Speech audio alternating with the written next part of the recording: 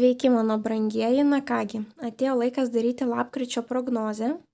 Prieš pereinant prie tarologinės pusės, kaip visada noriu pradėti nuo astrologinės ir mes vėlgi lapkričio mėnesį turėsime retrogradinį Merkurijų. Tai jisai pradės eiti atgal nuo lapkričio 26 dienos iki gruodžio 15 dienos. Kas sekate mane iš anksčiau, žinote, kad retrogradinis Merkurijus turi savo šešėlinio veikimo datas, jisai pradeda veikti 2 savaitėm anksčiau ir baigia veikti 2 savaitėm vėliau. Nieko naujo nepradėti nuo lapkričio 12 iki gruodžio 29 dienos. Merkurijus pas mus atsakingas už komunikaciją. Tai reiškia, kai jis eina atgal, komunikacija pas mus yra labai prasta, žmonės nesusikalba, dingsta fokusas, daug bereikalingų pykčių, nesusipratimų, planai koreguojasi, keičiasi, atsišaukia ar persikelia skrydžiai. Tad jokių būdų nieko naujo nepradėkite tuo laikotarpiu, nepasirašinėkite darbo sutarčių, nepirkite didelių pirkinių, ypatingai taip, nei būsto, nei automobilių. Apskritai nepatariu nieko pirkti, bet kadangi ateina kalėdos, taip, visi nori pasirūpinti dovanomis, tai skatinu nusipirkti kuo įmanoma daugiau visiems savo artimiesiems dovanų iki lapkričio vidurio, taip. Nes jau po lapkričio vidurio viskas, ką nusipirksite, dažniausiai, kiek mano praktika rodo, anksčiau ar vėliau žmonėms nebepatinka, jie vis tiek to nebenaudoja, taip. Blogas laikas pirkti elektroniką, elektronika labai dažnai genda, tenka atiduoti į garantinius taisymus. Nors atrodo naują dalyką nusipirkote, taip, bet vis tiek tas daiktas nėra antiek sėkmingas. Puikus metas grįžti į vietas, kuriuose buvote kažkada tais praeityje, perdaryti esamus dalykus, taip, jeigu turite savo verslą, kažkokias tai užduotis, prie kurių vis neprisėsdavote, tai puikus metas. Puikus metas keliauti į archyvą, analizuoti praeities klaidas. Ką būtinai noriu pabrėžti, jokių operacijų, jokių grožio skalpelių, jokių injekcijų. Jeigu tai gyvybės ir mirties klausimas, žinoma, keliaukite, operuokitės, taip, gydykitės, bet jeigu jūs planuojate kažką tais dėl grožio, estetikos tikslų ar apskritai dėl sveikatos, bet tos operacijos yra planuojamos iš anksto, tai atidėkite iki sausio arba pasistengkite jas atlikti iki lapkričio vidurio, taip. Kodėl taip sakau, nes gydytojo atidumas irgi dingsta, dažnai įvyksta kažkokie tais nesusikalbėjimai. Dažnai būna, kad daugiau paskaudi po operacijų, nes gydytojai ne tuos vaistus duoda, įvyksta kažkokie tais nesusipratimai, per mažas kiekis anestezijos ir gaunasi, kad žmogų operuoja, jisai jaučia viską, ką jam daro. Visokių tokių nesusipratimų gali būti, taip. Tai jeigu jau tai bus, kad operuositės, išlaikykite kuo didesnį budrumą, kuo daugiau visas detalės išanalizuokite, 15 kartų gydytojams, seselėm, visiems pakartokite, dėl ko jūs čia atėjote, kad tiesiog išvengtumėte tokių nesėkmingų kliurkų, taip. Jeigu vis dėlto eisite į naują darbą retrogradinio periodo laiku ir pasirašinėsite tuo laiku sutartį, tai darbas nebus ilgam laikotarpiui, kokiam jūs planuojate. Bus taip, kad greičiausiai vis tiek greitų metų reikės jums iš jo išeiti, kažkas bus ne taip, kaip jūs įsivaizdavote. Jums gali visos tiesos nepasakyti. Jeigu pinigų reikia, aišku, eikite į tą darbą, bet tikrai nemastykite, kad darbdavio pažadai tikrai bus įgyvendinti ir kad viskas ten rožėmis klota. Taip, turėkite kritinį mąstymą, ir būkite pasiruošę, kad greičiausiai nebus taip, kaip jie sako, taip. Neimkite paskolų, ypatingai ilgamečių paskolų, taip. Gali būti, kad neapskaičiuosite rizikos, sunku bus išmokėti paskui. Žodžiu, visi kontraktai perkeliami, taip. Ir turėkite kuo daugiau kantrybės, nes tikrai žmonės gali nusišnekėti, kažką ne taip pasakyti, jūs galite įsižeisti. Būtinai perklauskite, jeigu jums atrodo, kad žmogus tikrai jūs norėjo įžeisti, taip. Jeigu pirksite bilietus, atidžiai žiūrėkite datas. Būna, kad žmonės nusiperka tai dienai, bet ne tiem metam arba ne tam mėnesiui, arba ne tokiam kiekiu asmenų, arba prasilenkia laikai. Jeigu keliausite kažkur, būtinai pasižiūrėkite, ar nepamiršote paso, kitų dokumentų, nes tiesiog toks didžiulis užmarštumas. Tai manau, kad visus pagrindinius dalykus pasakiau. Dar kaip visada noriu priminti, kad jūsų paspaustas patinka mygtukas po šiuo video padės mano kanalui augti, o kuo mūsų daugiau susirinks, tuo daugiau prognozių galėsite tikėtis pamatyti šiame kanale. Taipogi, jeigu žinote žmonių, kurie domisi astrologija, tarologija ir jiems būtų naudinga tai išgirsti, nepamirškite pasidalinti vaizdo įrašu ir su jais. Na ir aišku, jeigu nepatingėsite dar parašyti keletą žodžių komentaruose, tai labai mane pradžiuginsite. Visiems atrašau ir mane jūsų komentarai tik dar labiau motyvuoja. Na ir aišku, jeigu dar neužsiprenumeravote šio kanalo, tai būtinai skatinu tai padaryti, kad nepraleistumėte jums svarbių ir aktualių prognozių. Astrologijos ir tarologijos pagalba mes galime suefektyvinti savo kasdienybę taip ir padaryti kuo sėkmingesnius pasirinkimus savo gyvenime. Taip pat, kaip visada primenu, nepamirškite prognozę žiūrėti pagal 3 pozicijas – Saulės poziciją, Mėnulio ir Ascendento. Jeigu šių pozicijų dar nežinote, po šio vaizdo įrašo aprašyme rasite nuorodą į trumpą 5 minučių vaizdo įrašą, kuriame paaiškinu, kaip greitai jas susižinoti. Tuomet jau turėsite pilnai tikslų, aišku, viso mėnesio vaizdą. Tai greičiausiai viską pasakiau ir dabar mes jau galėsime keliauti prie tarologinės pusės. Liūtai.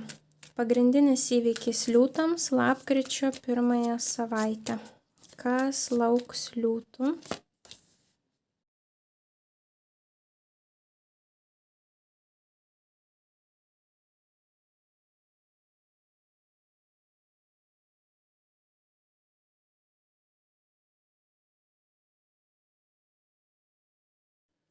Bei vienas patarimas liūtams apie jų lapkričio mėnesį.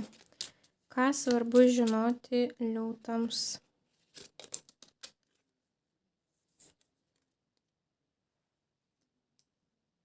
Na kągi liūtai, pažiūrėkime, kas jūsų laukia lapkričio mėnesį. Pas jūs apskritai gana daug didžiųjų arkanų iškrito. 1, 2, 3, 4, 5.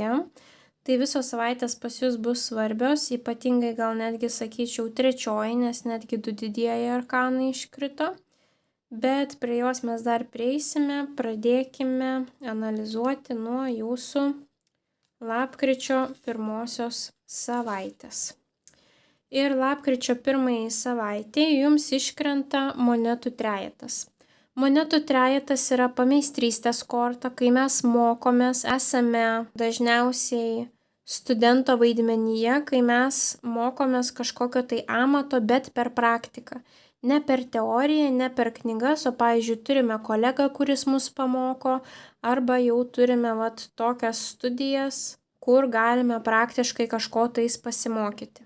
Taipogi tai gali būti grupinio darbo indėlis kažkoksai, tai kai grupė žmonių, 3 arba daugiau žmonių, dirba pavyzdžiui dėl vieno bendro tikslo, taip? Arba kiekvienas finansiškai kažkiek tais prisėda dėl kažko, galbūt bendras verslas, bendras projektas, taip?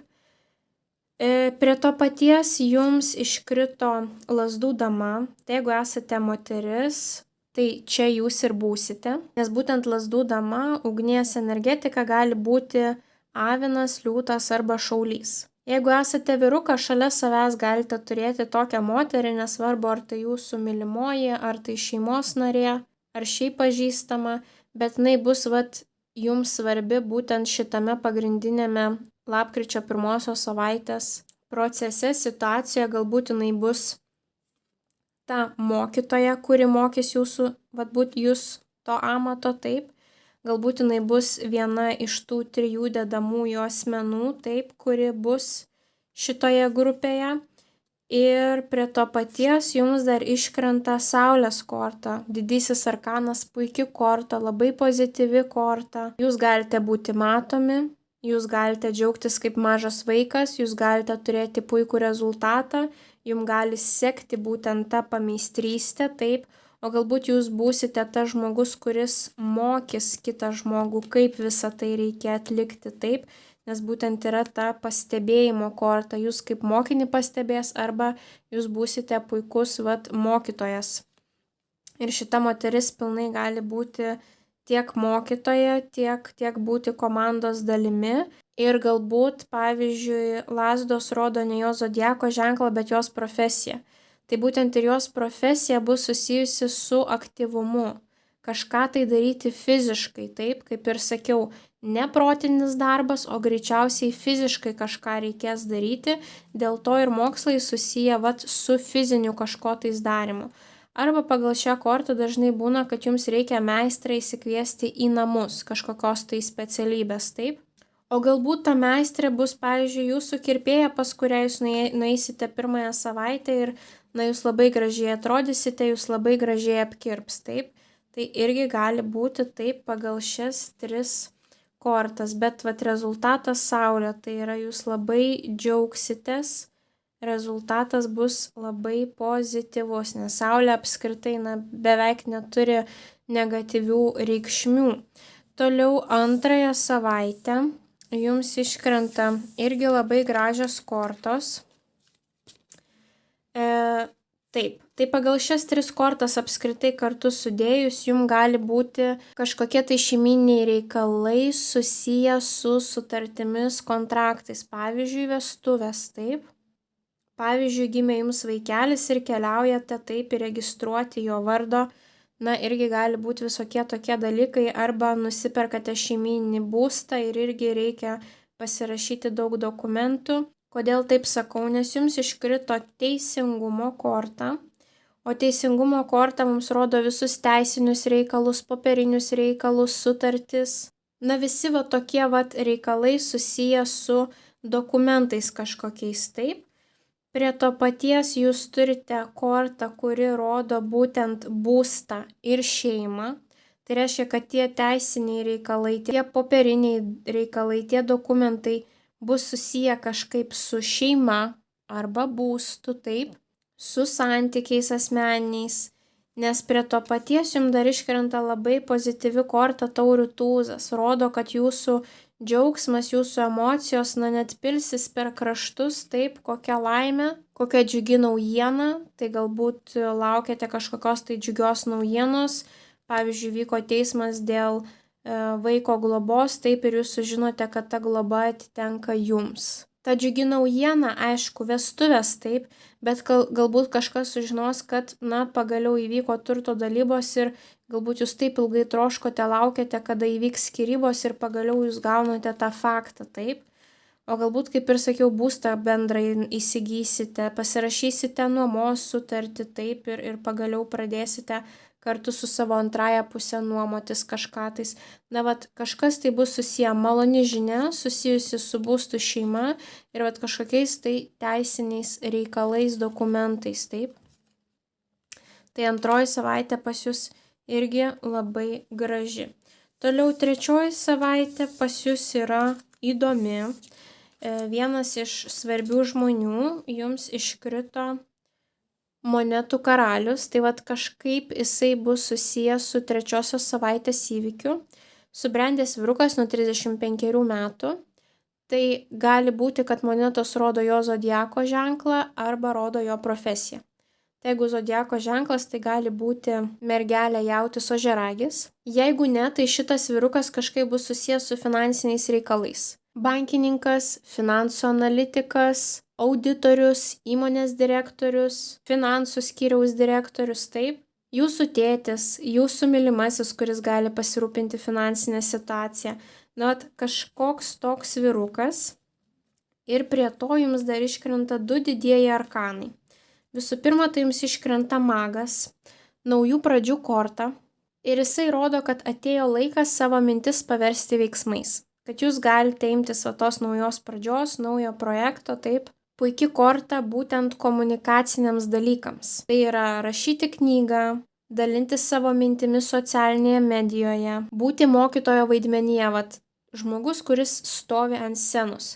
O galbūt bus savaitė, būtent ta 3, kai jums reikės paruošti, pavyzdžiui, jūs dirbate ofise, jums reikės būtent paruošti savo skyriaus ar grupės prezentaciją ir papasakoti ją prieš savo kolegas atsistojus, taip. Šiaip tai mago pliusas yra tas, kad jisai gali padaryti viską vienas, nes jisai valdo visas 4 stichijas – ir ugnį, ir vandenį, ir žemę, ir orą. Taip, mes būtent čia ir matome žolę, nes žemė, vandenynas vanduo, ugnis ir matome būtent debesis, orą, taip dangų.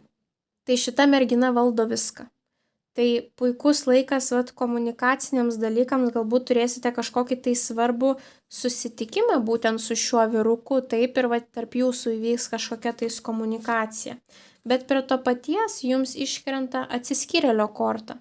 O atsiskyrėlis rodo izoliaciją nuo kitų žmonių, atsiskyrimą ir gilią analizę. Tai jeigu keliausite, pavyzdžiui, į susitikimą su šiuo vyruku, tai jūs turite labai gerai pasiruošti, atlikti gilią analizę, nuspręsti, kokiu klausimu jūs klausite, kas jūs domina, taip, neateikite nepasiruošę bele kaip. Jeigu tai liečia būtent kažkokias tai prezentacijas, stovėjimą prieš kitus ir kažką tai pasakoti reikės, vėlgi būtina pasiruošti. Tai 3 savaitės tie raktiniai žodžiai, sėkmė ateis, jeigu puikiai pasiruošite. Na ir aišku, atsiskyrėlis yra žmogus, kuris ilsisi vienas. Tai galbūt prieš pradedant tą naują pradžią reiktų nepamiršti ir pasilsėti taip, kad jau pilnu tempu tuomet galėtumėte kibti į tą projektą, taip. Taipogi būtent pagal šitas 2 kortas yra darbas per nuotolį.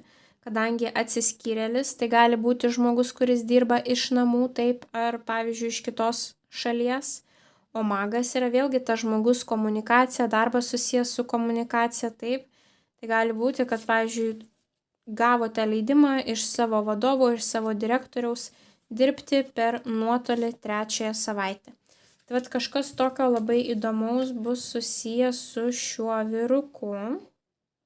O galbūt per nuotolį jūs su juo bendrausite 3 savaitę, taip, galbūt jūsų svarbus klientas, o galbūt tai jūsų vyrukas kitoje šalyje, taip ir jums reikia komunikuoti per atstumą. Na, o jūsų 4 savaitė bus labai intensyvi, jums iškrito visos 3 ugnies stichijos kortos, mes čia turime lazdų 9, tai yra didžiulis tempas, didžiulis nuovargis gali būti, išsekimas, kai jums jau norisi viską baigti, bet šita korta sako, kad jūsų praeities išmoktos pamokos, jūsų kompetencijos, jūsų gebėjimai padės jum atlaikyti ir praeiti per šitą išbandymą. Taip, kad nepasiduokite, taip. Gali būti labai didžiulis užimtumas, o galbūt daug lėkimo, bėgimo. Prie to paties jums iškrenta lazdų 5, didžiulė konkurencija gali būti, tai pavyzdžiui, tas, kodėl bus taip sunku paskutinėje savaitėje, nes jūs, atsidursite kažkokioje situacijoje, kur bus konkurencija, taip, ir jums ją reikia atlaikyti. Galbūt jūs esate sportininkai, taip, ir turėsite varžybas. Galbūt kažkokios tai olimpiados mokslinės. Galbūt darbe sieksite geriausio rezultato, aukščiausio bonuso, taip, kad gautumėte tą 1 vietą ir reikės rungtyniauti su kolegomis. Galbūt universitete, taip, konkurencija, kas geresnę prezentaciją padarys, taip. Jeigu neturite jokioje gyvenimo srityje konkurencijos, tai čia bus, kad jums reikės plėšytis tarp daugelio sferų, pavyzdžiui, kokių 3-4 skirtingų gyvenimo sferų, taip. Kai jūs bėgate, dirbate, tada bėgate, perkate maisto, gaminate, rūpinatės, pavyzdžiui, sergančių kokių šeimos narių dar prie to paties, dar kažkur savaitgaliais kažkokios tai studijos jūsų laukia, taip, dar sportas, sveika mityba. Na, žodžiu, kad jausitės išsekę, bet taipogi gali būti kažkokie konfliktai, nesutarimai su kolegomis, pavyzdžiui, taip, kažkas turės kitokią nuomonę, negu jūs turite, bet jūs turite atlaikyti tą situaciją, kadangi pas mus retrogradinis Merkurijus, pasistengkite nuolaidžiau į tą situaciją reaguoti, taip, ir kartais gal reikia ir nusileisti, ypatingai per retrogradinį Merkurijų, nes vis tiek nebūsite iki galo suprasti, taip. Ir prie to paties jums iškrito didysis arkanas stiprybė, labai puikia korta, tai rodo, kad jūs turėsite vidinę jėgą, vidinį šarmą, atlaikyti šitą situaciją, atlaikyti šitą tempą, taip, galite būti labiau pastebėti, kadangi tai yra jūsų korta, liūto korta, taip, jūs esate valdomi Saulės, o Saulę pastebi visi, taip. Tai dėl savo to aktyvumo, dėl savo to buvimo visur, būtent tą 4 savaitę, jūs galite būti labiau pastebėti, taip, galbūt kažkas jūs pro langą stebės ir sakys, o, grįžta, o, vėl išeina, o, vėl grįžta, o, vėl išeina, o, aš ją mačiau ir ten, ir ten, ir ten, taip. Tai gali būti toks didžiulis užimtumas paskutinėje savaitę, bet jūs visą tai galite ištverti, taip jums užteks jėgų. Tik nepasiduokite. Ir tuomet jūsų mėnesio patarimas, jums iškrito ta pati teisingumo korta, kuri jums iškrito štai čia, taip. Kaip ir sakiau, teisiniai reikalai, dokumentai, popieriai, taipogi veidrodinis atspindis, tas balansas. Tai yra, jeigu norite, kad žmonės su jumis elgtųsi gerai, jūs turite turėti stiprias kertinės vertybės, taip, tą vertybinį stuburą ir laikytis savo tų gyvenimo taisyklių. Tuomet tokie patys žmonės prisitrauks, jų vertybės bus aukštos ir turėsite malonės gyvenimo situacijas, taip. Labai svarbu išlikti teisingiems prieš save ir prieš kitus lapkričio mėnesį. Ir taipogi balansas, nepamiršti balanso, to aukso viduriuko visose gyvenimo sritise. Aišku, neįmanoma išlaikyti balanso visose gyvenimo sritise, bet lapkričio mėnesį jums yra ypatingai svarbu pasistengti laiku pasikrauti savo bateriją, nes kaip matėme, būtent tą paskutinėje savaitę pas jūs bus tikrai labai didžiulis krūvis, dėl to turite išmokti pačiais svarbiausiais momentais pasikrauti savo bateriją, taip. Tai teisingumas, veidrodinis tas atspindys, balansas ir teisiniai reikalai jums bus svarbus lapkričio mėnesį, bet jūs būsite ir pastebėti ir turėsite labai puikių akimirkų džiaugtis, taip kad mėnesis pas jūs nusimato labai judrus, bet ir turėsite labai skanių vaisių. Tai liūtai, linkiu jums didžiausios sėkmės lapkričio mėnesį, o mes susitiksime jūsų kitose prognozėse. Ate, ate.